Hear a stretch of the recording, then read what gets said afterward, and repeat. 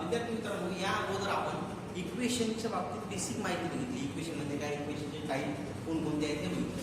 आता बघूयात आपण linear equation in two variables.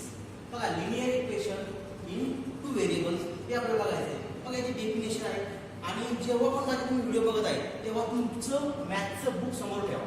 जर मॅथचं बुक अवेलेबल नसेल तर PDF स्वरूपात पण नेटवर बुक मिळते. मॅथचं बुक समोर ठेवा म्हणजे तुम्हाला माझे व्हिडिओ चांगल्या प्रकारे समजतील. बघा, याची definition linear equation in two variables and equation which contains two variables and the degree of each term containing variable is one is called linear equation in two variables. बघा, डेफिनेशन काय सांगितलं, an equation which contains two variables म्हणजे equation आहे आणि त्या equation मध्ये two variables आहेत. त्यानंतर बघा समोर काय second, the degree of each term containing the variable म्हणजे व्हेरिएबलचे जे प्रत्येक टर्म आहे बघा, त्या प्रत्येक टर्मची जी डिग्री आहे ती किती असते, 1. म्हणजे या दोन्ही गोष्टी जर असल्या, बघा फर्स्ट काय त्याच्यामध्ये an equation which contain two variable असले आणि त्याच्यामध्ये टर्म मध्ये जे कॉफिशियंट आहे त्याची प्रत्येक टर्म मध्ये जे व्हेरिएबल आहे ते काय, जे प्रत्येक टर्म मध्ये जे व्हेरिएबल आहे त्या व्हेरिएबलची डिग्री 1 पाहिजे. बघा, फर्स्ट काय an इक्वेशन पाहिजे, त्याच्यामध्ये टू व्हेरिएबल्स पाहिजे आणि प्रत्येक व्हेरिएबलची डिग्री जी आहे ती आपल्याला 1 पाहिजे. हे दोन गोष्टी लक्षात ठेवायच्या. व्हेरिएबल याच्यामध्ये 2 पाहिजे, x y असेल, m n असेल, a b असेल, काय बनू शकतात, p q शकतात आणि या प्रत्येक व्हेरिएबलची जी डिग्री आहे ती 1 आहे का नाही हे आपल्याला बघायचं. बघा, त्यानंतर जनरल फॉर्म, याच्या अगोदर आपण जनरल फॉर्म बघितलेला आहे. याचा जनरल फॉर्म आहे ax plus by plus c is equal to 0. हा याचा जनरल फॉर्म बघा, ax plus by plus c is equal to 0. त्यानंतर abc आर रियल नंबर म्हणजे याच्यामध्ये जे a b आणि c हे तिन्ही काय असतात, रियल नंबर असतात.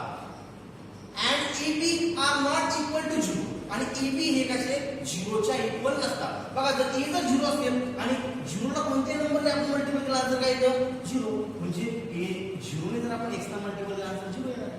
म्हणजे याच्यामध्ये कोणच व्हेरिएबल राहणार आहे. म्हणजे a आणि b मध्ये पण तसं, जर b 0 असेल तर 0 ने आपण y ला मल्टिपल केला तर 0 येणार आहे. म्हणजे याच्यामध्ये एकच व्हेरिएबल राहणार. आणि आपल्याला बघायचं equation, linear equation in two variables म्हणजे याच्यामध्ये a आणि b याची व्हॅल्यू 0 च्या इक्वल नसते. 0 व्यतिरिक्त कोणताही रियल नंबर असू शकतो. बघा, पेज नंबर 1 वर तुम्हाला ऍक्टिव्हिटी दिलेली आहे. या ऍक्टिव्हिटी मध्ये दिलेलं आहे की आपल्याला याच्यामध्ये हे जे इक्वेशन दिलेले आहेत बघा, हे लिनियर इक्वेशन आहेत की नाही हे आपल्याला फाइंड करायचं आहे. बघा, फर्स्ट काय 4m + 3n = 12. आता हे लिनियर इक्वेशन आहे का हे आपल्याला बघायचं आहे. मग हे लिनियर इक्वेशन आहे का हे बघायचं आहे. बघू आपण. आता बघा, याच्यामध्ये टू व्हेरिएबल्स आहेत का, कोणते, m आणि n. आणि याचे जे व्हेरिएबलचे कॉफिशियंट बघा 0 आहे की नाही. आणि प्रत्येक व्हेरिएबलची जर डिग्री बघितली तर ती डिग्री किती आहे, 1 आहे. म्हणजे yes that is linear equation in two variable. कारण की याच्यामध्ये टू व्हेरिएबल आहे m आणि n, त्याची डिग्री पण किती आहे, 1. आणि हे जे कॉफिशियंट आहे हे 0 नाही. 0 व्यतिरिक्त कोणतेही रियल नंबर असेल तर ते लिनियर इक्वेशन असते. बघा, त्यानंतर सेकंड एक्झाम्पल 3x² - 7y = 13. आता याच्यामध्ये जर बघितलं आपण दोन्ही गोष्टी बघायच्या आपल्याला, दोन व्हेरिएबल आहेत पण या व्हेरिएबलची हायेस्ट डिग्री किती आहे, 2 आहे. याची 1 आहे. आपल्याला हायेस्ट डिग्री किती पाहिजे, 1. म्हणजे हे लिनियर इक्वेशन नाही.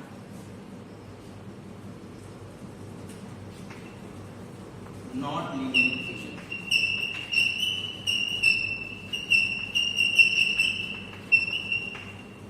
त्यानंतर थर्ड नंबर बघा, तर थर्ड नंबर काय, √2x - 5y = 60. √2x - √5y = 60. आता याच्यामध्ये बघू आपण, टू व्हेरिएबल आहे x आणि y. त्यानंतर √2 आणि √5 हे रियल नंबर आहे. म्हणजे हे linear equation in two variable आहे. बघा, √2x - 5y is equal to 16 हे लिनियर इक्वेशन आहे कारण त्याच्यामध्ये x आणि y ची डिग्री 1 आहे आणि √2 आणि √5 हे रियल नंबर आहे. बघा हे जर उदाहरण असं असतं अशा पद्धतीचं उदाहरण असतं √2x plus √5 minus √5y is equal to 16. बघा अशा पद्धतीचं जर हे एक्झाम्पल असतं म्हणजे जर हे 2x पूर्ण जर रूपमध्ये असतं तर हे लिनियर इक्वेशन झालं नसतं कारण की आपण बघितलेलं आहे जर √x आहे म्हणजे x ची डिग्री किती आहे 1 अपॉन म्हणजे असेल √2x index 1 upon 2 minus √5 into y index 1 upon 2 is equal to 16 अशा पद्धतीने लिहू शकतो आपण म्हणजे याची डिग्री 1 येणार नाही. इथे बघा फक्त रूट मध्ये 2 आणि 5 आहे व्हेरिएबल रूट मध्ये नाही जर ते व्हेरिएबल रूट मध्ये असते तर हे लिनियर इक्वेशन नसते. त्यानंतर बघा 0x + 6y - 3 is equal to 0. आता हे लिनियर इक्वेशन आहे का बघायचं. बघा x आणि y टू व्हेरिएबल आहे या दोन्ही व्हेरिएबलची डिग्री पण 1 आहे पण 0x याला जो व्हेरिएबल असतो तो 0 आहे पाहिजे. जर 0x जर घेतला बघा 0x + 6y - 3 is equal to 0. 0x + 6y - 3 is equal to 0. आता 0x आहे 0 चं मल्टिप्लिकेशन कसं केलं तर काय येणार आहे 0 म्हणजे याचा अर्थ आहे 0 + 6y - 3 इज इक्वल टू 0 म्हणजे 6y - 3 इज इक्वल टू 0 म्हणजे वन व्हेरिएबलचे इक्वेशन आहे. म्हणजे हे लिनियर इक्वेशन आहे पण टू व्हेरिएबलचं नाही. म्हणजे आपण बघितलं बघा इथे बघितलं ABC are real numbers and A and B are not equal to 0 पण इथे A ची व्हॅल्यू किती आली 0 म्हणजे that is not linear equation.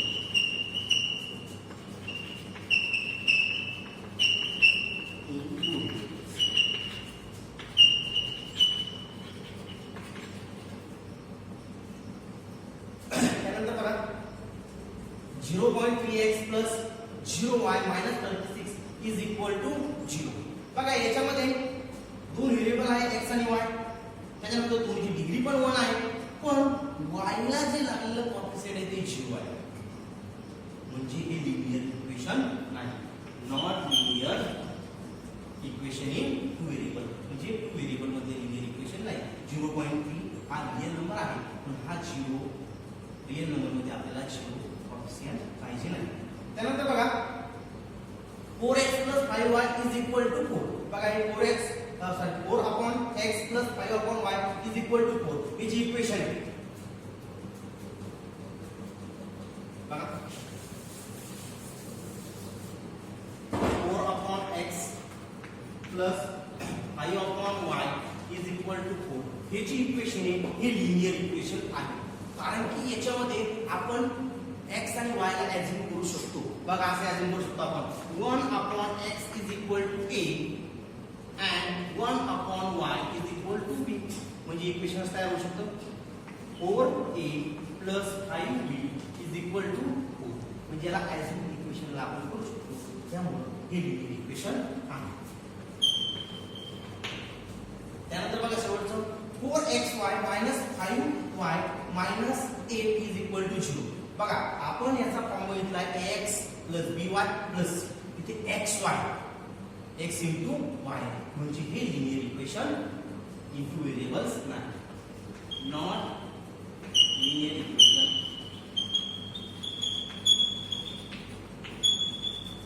Into variables.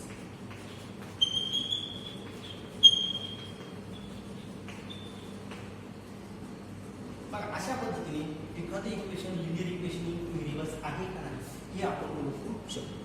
त्यानंतर बघा simultaneous linear equation. Simultaneous linear equations. आता simultaneous linear equation म्हणजे काय बघा जेव्हा आपल्याला जर लिनियर इक्वेशन दिलेले असतील आणि लिनियर इक्वेशन हे दोन वेगवेगळ्या कंडिशनवर आधारित असतील तेव्हा टू व्हेरिएबलचे लिनियर इक्वेशन असतील आणि वेगवेगळ्या दोन कंडिशनवर टू कंडिशनवर जर ते आधारित असतील तरच आपल्याला त्यामधल्या दोन्ही व्हेरिएबलची व्हॅल्यू फाइंड करता येते. बघा सायमल्टेनियस लिनियर इक्वेशनची आपल्याला डेफिनेशन काय दिली आहे when we think about two linear equations म्हणजे आपण किती लिनियर इक्वेशनच्या बाबतीत विचार करणार आहे? Two in two variables at the same time they are called simultaneous equation. बघा म्हणजे आपण एकाच वेळी दोन इक्वेशनचा विचार करत आहे. सेम व्हेरिएबल असणाऱ्या दोन इक्वेशनचा जर आपण एकाच वेळी विचार केला तर त्याला म्हणतात सायमल्टेनियस लिनियर इक्वेशन. बघा एक्झाम्पल बघू आपण सायमल्टेनियस लिनियर इक्वेशन कसे असतात. x plus y is equal to 15. Second equation घेऊ आपण x minus y is equal to 7. हे बघा दोन इक्वेशन आहेत. दोन इक्वेशन वेगवेगळ्या कंडिशनवर बनलेले आहेत म्हणजे हे दोन्ही सायमल्टेनियस इक्वेशन आहे. मग हे सायमल्टेनियस इक्वेशन आहे बघा. हे सायमल्टेनियस इक्वेशन आपण 9 मध्ये पण बघितलेलं आहे कसं सोडवायचं आहे. तर ते एलिमिनेशन मेथडने तर सोडवायचं आपण बघितलेलं आहे. आपण परत एकदा एलिमिनेशन मेथड रिवाइज करू आणि एलिमिनेशन मेथडने ते एक्झाम्पल कसं सोडवायचं ते बघू.